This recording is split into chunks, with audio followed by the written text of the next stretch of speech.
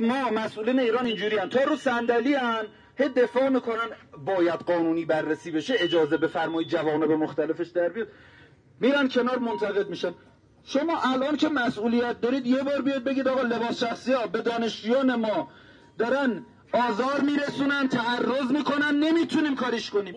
بگید، علنیش کنید، همین کارو بکنید، ما راضیم ازتون.